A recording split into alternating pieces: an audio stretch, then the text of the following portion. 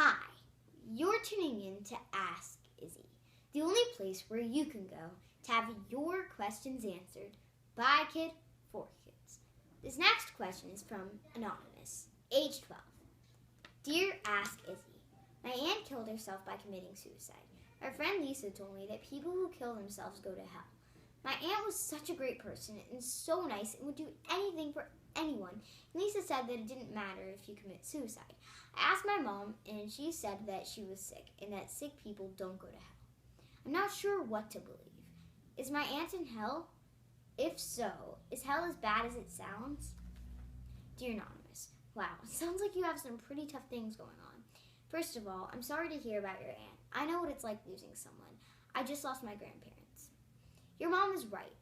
I'm not a very religious person, but I do know that some religions believe that if you commit suicide, that you go to hell, and some don't. But just because I don't know doesn't mean that anyone else does. You shouldn't listen to other people. You just need to tune out because they don't know. They've never died. So if you really know that your aunt was a great person, then keep that in your heart.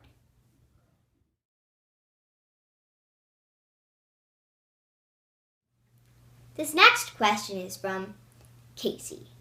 Dear Ask Izzy, my grandparents said that I would get a phone when my grades improve, but I think that they are full of crap. I'm the only girl in 8th grade without a phone, and I have better grades than almost all of them.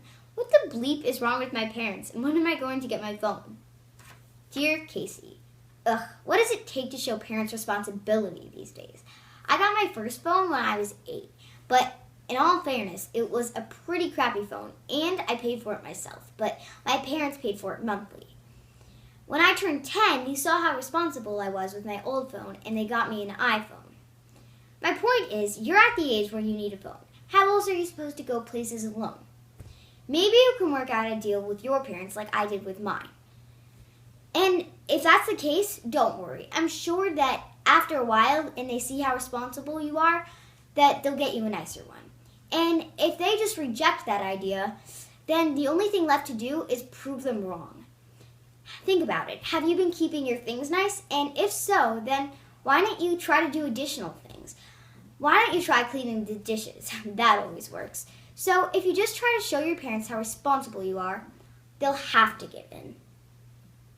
Thanks for tuning in to Ask Izzy. Keep the questions coming, and remember, anything goes. Just one rule.